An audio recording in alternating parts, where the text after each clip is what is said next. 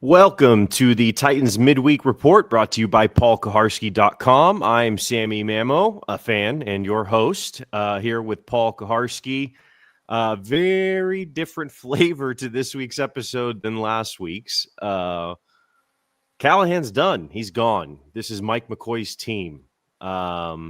He's spoken twice so far.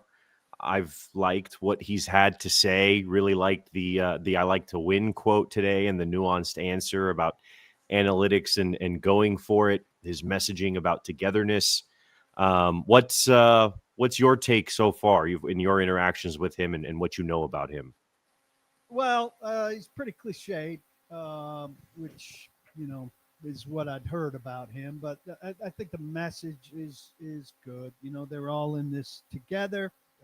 They've all gotten them there. They've all got to have a hand in getting them out to whatever degree they can get out. Everybody's got to be better. And they have to play better. I mean, it's pretty simple. He obviously thinks they can do better with Cam Ward, and that Cam Ward needs to do better. No drastic changes for Cam Ward. He extended the individual period today, which is the position by position where everybody's working on their own.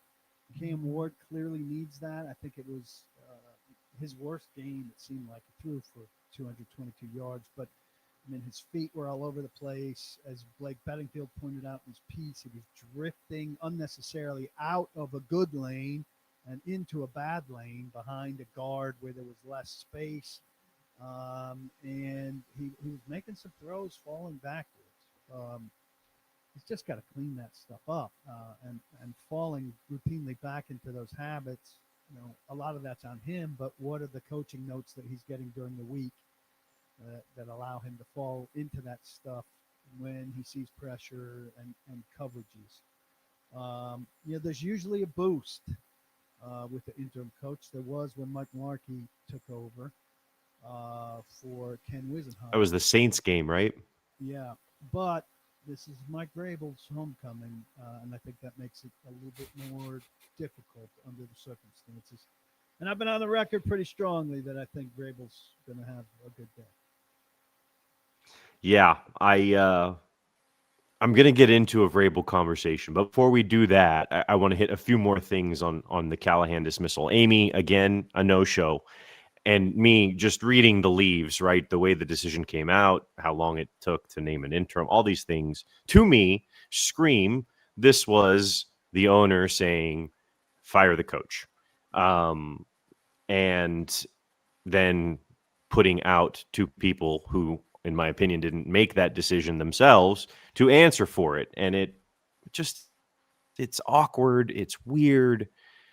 I don't know. It gets the fan base riled up. There are two very different camps on this. I used to not care about it as much, but now that you've done it 4 times, like at some point, you want to believe that this is the end of the dysfunction because Brinker and Borgonzi are the guys that are going to run it all. But if she's going to meddle, I don't know. I mean, I think if this was her, I have cause, to believe, but for most of the same reasons that you do, but also because of prior conversations that I've had with people about the patient plan that this was her. A lot of people liked that I pressed the issue on where she was. A lot of people didn't like it. I'm not going to apologize for it. I'm going to ask it every time at one of these. She's gotten a load of taxpayer money to build a stadium that's going to make her a ton of money. And she's not held to account in any way, shape, or form. I understand that CEOs in other professions are not out there speaking. This is not other professions. This is the NFL. I understand other NFL owners are not out there necessarily speaking. I don't care. I'm a reporter, and my job is to get to the people who make decisions and get information from them. And I'm not going to stop pushing to talk to Amy Adams Strunk for as long as I'm on the beat, and she is the controlling owner. And I'm not, again, I'm not making any apologies for that. I think she makes moves when she gets embarrassed, and she's doing embarrassing things for the organization, making the job less and less attractive, which I didn't think had been the case, but it is the case now. And I think that we in the media and you and the fan base are entitled to hear those questions put to her. Yeah. Yeah. I don't doubt it. Cam talked a little bit today, said they responded well to the changes, talked about how he's dealt with coaching changes in the past. Do you think this could ultimately prove to be a good move for him?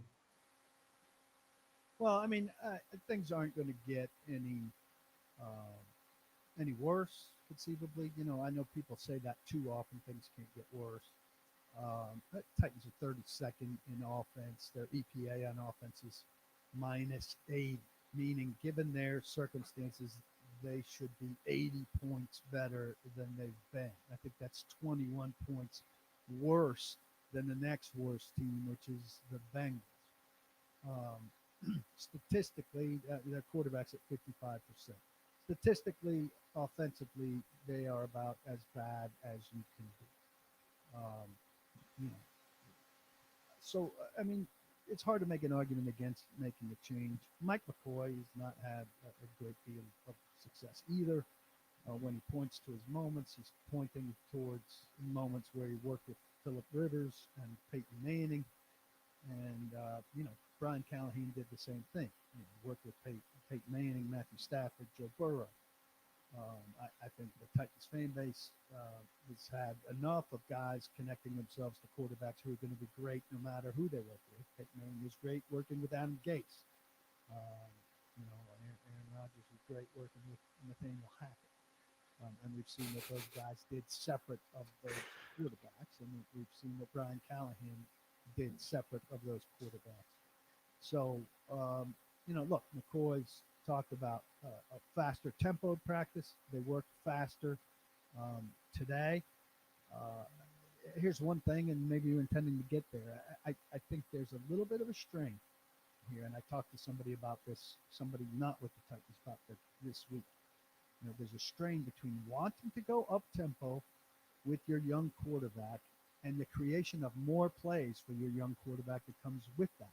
And most teams with a young quarterback want to slow the game down so that he doesn't have as many plays and as much of an overall strain, doesn't face as much pass rush, doesn't have to do as much overall in the body of work over a game. And I understand that strain, to which I'd say, well, you've tried to minimize the plays and you haven't gotten any results out of that. So why not, try one time? I don't know if this is the right defense, but go ahead and give it a shot to go more up tempo and take the chance that Cam Ward's got 2 additional series in a game where he could make mistakes, but he also might make plays. That's where he's looked his best, right? And they talked today, they practice the way you play and they practice a little more up tempo. I mean, the amount of time that we just see the play clock winding down to 2 seconds, 1 second, it drove me nuts. So I think it'll be a good changeup. Besides the tempo, do you think there's anything that fans will notice with McCoy first or most? It'll be interesting to see. He was asked the RPO question today and avoided it in the name of not giving anything away. My sense is that maybe in what they've seen of Cam Ward, what Callahan saw of Cam Ward with RPOs behind the scenes, during summer and during camp, they didn't feel like that was a direction to go. but maybe he's getting a Oh, fresh that's interesting. chance to try that stuff again, and we'll see. Um, but oftentimes a team will install stuff in training camp and scrap stuff that doesn't work or look particularly good, and that's not a bad rationale for it. Now, though he did have success, as I understand it, at Miami with some of this stuff. So, does the body of work at Miami maybe trump some practice stuff? I don't know how that should work, how that has worked, and how what he does at practice this week might trump any of that. Yeah, I'm. That'll be the thing I'm most, and every fan I think is most looking forward to is what does the offense look like? What does Cam look like? What changes they make? All right, that takes us to Vrabel. For those just joining us, this is the Titans midweek report from paulkaharski.com. I'm Sammy Mamo. This is Paul Kaharski, who you obviously would know. So I think, Amy, it seems, made this move in an attempt to avoid getting embarrassed by Vrabel. But in the way that it all worked out in today's world, all it's really done is make the discussion more, I think. And a lot of revisionist history going about. And I just want to, for a second, get on a soapbox. Vrabel's a good coach. I'm not going to deny that. Should he still be here in a perfect world? No doubt about it. But he punched his own ticket, much like J-Rob did, and they're glazing over his exit as well. But Vrabel finished 6-18, which included an 8-game losing streak from 22 to 23. He had some awful losses in the last year: 23 against Cleveland, 20-6 against Tampa, 34-14 against Jacksonville, 26-6 against Houston. He threw veiled shots at the owner at that Patriots ceremony. He very much made his bed, and it was a reasonable decision to move on from him when they did. Should they have, in hindsight, in a perfect world? No, but it became a natural parting point. Now, Robinson, if you'll play along with me here, because it'll be easier to count the successes than the failures from who I'm going to list. Just hold up a finger for anyone you considered a valuable player or someone that met expectations. These are going to be key acquisitions from his last 3 years. Vic Beasley, Isaiah Wilson, Christian Fulton, Darrington Evans, Julio Jones, Bud Dupree, Danico Autry, Josh Reynolds, Janoris Jenkins, Caleb Farley, Dylan Radins, Rice, Elijah Molden, Traylon Burks, Nicholas Petit-Frere, Malik Willis. How many we got, Paul? Well, you kind of went fuzzy there in the middle. So dropped a couple names there. You tell me. But not nearly enough is the answer. His last, I imagine that's most of his last. Well, I mean, picks and free agents.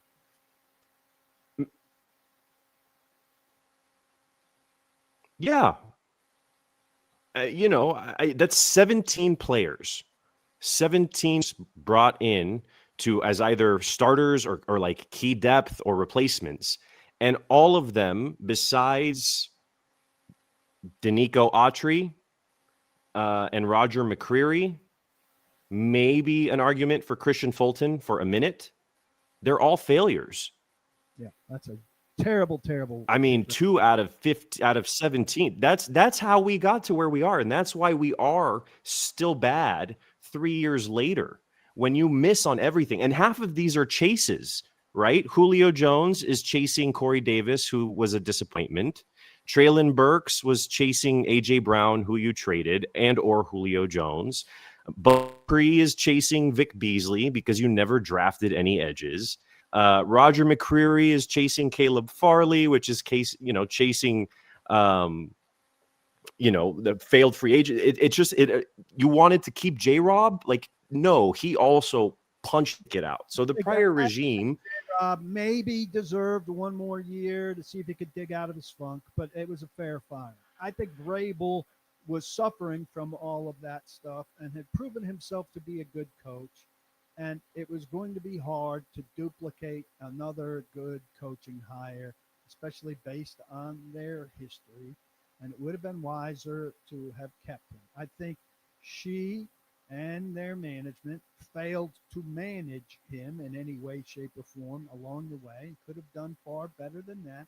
Not that he's a manageable guy, but along the way, as the John firing was coming and as those things unfolded, they could have done much better with it. They brought in Rand Carthon, who proved very quickly to be a disaster.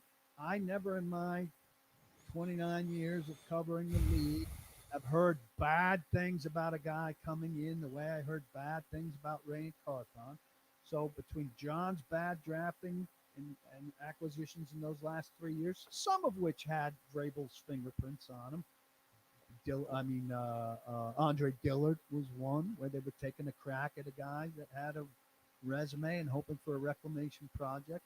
But I think Vrabel was put in a bad spot personnel wise, and his luck where he was pulling off wins with lesser players started to run out. And if you had given him a replenished thing, he could have started to do again what he did previously. Instead, they put themselves on the hook and said, hey, we're going to hire again. And they're not good hirers. They got lucky with Robinson and they got lucky with Vrabel when they were good. And they've proven that because Carthon was horrific and Callahan, while a reasonable hire at the time, failed miserably. And now we're going to count on the same people or descendants of the same people with the same ownership to go hire another head coach. And what's the faith level in that? For me, minimum, unless Borgonzi, who seems like the one trustworthy guy over there, though we've got a very small sample size, has predominant control over this hire, and Amy steps back, and I'm not particularly confident that that's how it'll go. Yeah, I don't know, Paul. I'm right there with you. I'm hoping for the best. I've run through potential interesting coaching candidates. I was listening to you on the radio this morning and yesterday on 440 Sports. I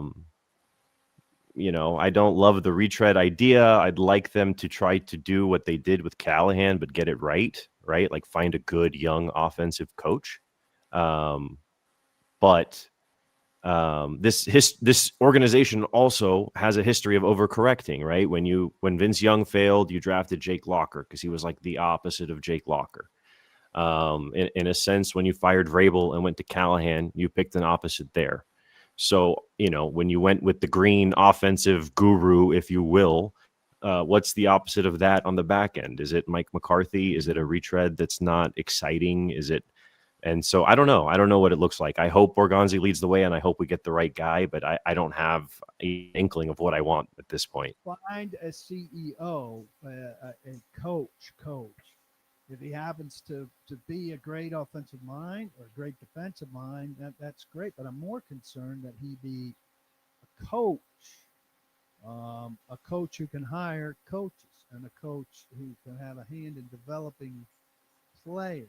But I think coaching is the number one thing. And I think Callahan turned out, and I didn't have a problem with the hire, but turned out to be more of a, in his eyes, more of an offensive guy first and a coach second. Didn't work out on either front. No doubt about it. All right. Shifting focus.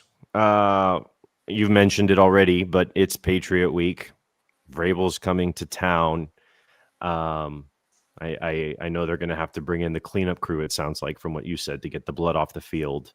Is there any chance the interim coach boost and maybe Sweat coming back? What chance do the Titans have to find a way to win this game, knowing everything that's going into it? Who has to do what?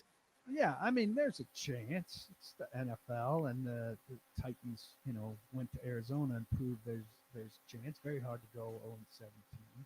And Vrabel has a history while he does things like, win the Sunday night game that the Patriots won against the Bills. That was a huge upset. Of also providing huge upsets to other teams. You rattled off some of them, but even in their prime, um, they lost some games as the Titans, Vrabel's Titans. They'd win some games that you were like, whoa, where did that come from? And they'd lose some games. They lost to the Jets up there in a game that they had no business losing to who's the quarterback that's down in Miami now as a backup. Uh, Oh, Mike White. Disaster. No, not a Miami quarterback, a Jets quarterback. Come on, the high pick, number 2 pick in the draft. Oh, Zach Wilson. Zach Wilson. Had no business losing to Zach Wilson. It's probably the marquee win of Zach Wilson's Oh, I career. forgot about that. Running all over. Yeah. He's getting worse and worse. So, could Cam Ward do Zach Wilson to them? Yeah. I'm not betting on it, though. I'd call it a, 6% chance. I've said since, we knew that the Titans and the Patriots were going to play this game and that Mike Vrabel was head coach of that team, that I thought he would come back with an absolute vengeance. And as you referred to, that there would be blood on the field after the game, and that I hope they had the appropriate cleaners to get that off so the Titans weren't playing on a stained turf for the rest of the season. I just think, he's not angry at anybody that they're playing against. And I think he's well over, what Amy Adams Strunk did and Burke Nihill and whoever else was around for it, but put back at the scene of the crime, so to speak. And with Drake May, the best quarterback that he's coached, given a chance to make it He looks hurt, amazing. he will make it hurt. And I think, Amy Adams Strunk was embarrassed enough last week to pull the trigger on the Brian Callahan firing. I think she'll be embarrassed again this week. No doubt about it. I know you talked to a few guys, and you got a piece coming up later on this week. What can you tell us about that and everything else at PK.com as we head into the bloodbath? Yeah, I'm gonna. Yeah, and look, I don't make predictions often, right? I make them when I've got a strong feeling about a game. So I'm probably further guaranteeing that the Titans win in an upset, so that everybody can come back and say, "Oh, you said it was going to be a bloodbath, and you were wrong." Which is why I don't make predictions often. Look, that's my gut feeling. That's my strong gut feeling. I talked to Peter Skoronsky with a bunch of people. I talked to Chig Okonkwo on my own, and even James Williams, whose opinion means less based on his stature and what side of the ball he's on. But all three of them said something to the effect that, based on what this team has done, particularly on offense, you can't say it was unfair, and yes, it was time for a change. So I'll be finishing that up right after we finish here live. It's Wednesday at about 5:30 Central. So this midweek report will be out there for people to watch, and that story will pop up. I will write about my expectations for a bloodbath. Mike Herndon will have a piece about historically what interim coaches do and what that means about what you might expect out of Mike McCoy. And that'll go a long way towards capping the week. Looking forward to a home weekend for sure. My kid's playing baseball on Saturday, and unless he blows it, getting his driver's license tomorrow. So very exciting developments around here. In terms of Growing up. In terms of the Titans content, you should absolutely be joining paulkuharsky.com, becoming a member. $7.50 a month, the price of a fancy cup of coffee or a cocktail. You get everything that I write, insight from somebody that's been covering the team since they were the Houston Oilers, playing at the Astrodome in 1996. Blake Bedingfield, 19-year scout for the team, who helped them draft Derrick Henry. Scouting report review on Mondays coming out of the game. Mike Herndon, as I mentioned. Drew Beatty, who has up right now a very detailed film review of three guys who kind of showed up out of nowhere. Femi Oladejo, who's unfortunately now on IR. Draymond Jones and Hadi Ward, who rushed the passer pretty well in the Titans' most recent game, which we don't see coming, and it'll be interesting to to see if two of them can sustain it as Ali Gay joins the band. And Braden Gall writes about what's upcoming in college football and the draft. Again, very inexpensive, quality Titans content. A lot to monitor here with Mike McCoy taking over and with Cam Ward's growth. So even if you're miserable amid the losing, things you've got to keep monitoring if you're a real fan of this. I'll be doing it for sure. Mike McCoy, Mike Vrabel, Mike Malarkey, Mike Munchak. The next head coach going to be a Mike too? Well, people are hot on Mike McCarthy, so he would not be a surprise. I think he's a little bit of a dinosaur, but he's obviously had some high-level success. He was earlier with Aaron Rodgers than I remembered. Obviously, Dak Prescott was well established when he got there. They could do worse. I think they could also do better. I will say this also about Mike McCoy, and I tweeted this out. Interim coach Mike Malarkey got the head coaching job. Interim coach Jeff Fisher got the head coaching job. Interim coach Jerry Glanville got the head coaching job. The Adams family likes interim coaches. And Mike Malarkey went, I think, 2-7. Didn't have to do a hell of a lot. I don't know that Jeff Fisher did particularly well record-wise either.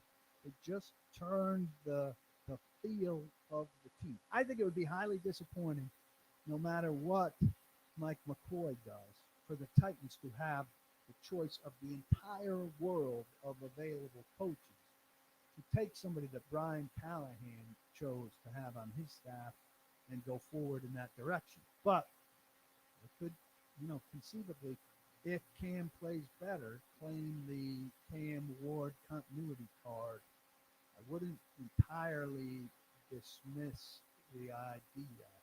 So we will see where. If Cam has a great finish, I could see it, but I would want him to make some wholesale staff changes. I mean, maybe you keep Bo and like some key people for Cam, but like you got to bring in new coordinator, maybe not. I don't know. You got to make some staff changes though. You can't keep this whole staff. I would agree. I mean, if you wanted Brian Callahan out, it wouldn't make much sense to keep the majority of his staff. It's a long way off. Let's see how they play starting against their former head coach who switches sidelines at Nissan Stadium this season. They're not going to put him on the board and put anything up there. And maybe that's crazy for me to think they would have. I think that they will probably avoid Vrabel, like not do sideline shots of him or things like that. Really minimize him to the degree they can, like pretend he's not there, which will be interesting. I'll be monitoring that. But I'm looking for the moment when the crowd could applaud him or react to him, because I'm curious to see what the reaction is. And I would expect it to be pretty good, wouldn't you? Yeah, fans really do love him. I think he stamped his ticket out, but I respect him, and the fans really do love him. He's going to get a warm welcome. Just be curious when the moment for that welcome is. So we shall see, and it'll be interesting to see what the size of the crowd is. I mean, there's curiosity with him coming back. There's curiosity with McCoy's first game, but also a lot of people. And I think Patriots fans have traveled well in the past to Nashville. Yeah, I think so, and I think there's intrigue on that side about Vrabel coming back and a trip to Nashville with nice weather and all of that. I think they will travel well, and we'll see plenty of that jersey in the front row on the visitor side. I saw something weird. Was it you in our L22 group that somebody sent a picture of like TickPics, where at least for a time, like all the seats on the visitor side from the corner to the corner were not, there was nothing for sale there. I don't know. It wasn't me. It might have been David or Alex. Someone did post that this morning. Yeah. So I'm curious to see. Yeah. Wonder if there's some funny business at play. And how great was it that Dan, the ticket sale guy, reached out to Trey Wynn, who had apparently told his ticket sale rep, if you fire Brian Callahan, I'll consider PSL like a new place. And Dan reached out, it seemed like within an hour or two of Brian Callahan being fired, and reminded him what he said. That's pretty strong sales to keep a record of all of the things that your potential clients have said, and come back and say, hey, time to shell out, 3,500 or 5,000 or whatever bucks, because you said if we fired him, you change your mind, and we fired him. And they did it. They did it. That was funny. I literally laughed when I read that. And Mike Herndon's tweet was hilarious too. I don't know if you saw his response to that, but that was money. Ranked him very high on the people he has faith in. Like, even ahead of Cedric Gray right now. All right. That's all I got for you, Paul. If you got nothing else, sign us off. Appreciate it, Sammy. That's been the Titans Midweek Report. We are open for sponsorship. If you like, the Paul Kuharsky podcast will be live from Edley's Barbecue Friday at 10:30 a.m. Look for a bunch of great stories at paulkuharsky.com between now and then. For Sammy Mahmood, I'm Paul Kuharsky at paulkuharsky.com. Come check out the site. We appreciate you, and as you know, I am going to tell you and my son, who's about to get his driver's license, don't block the box, but be sure to lock your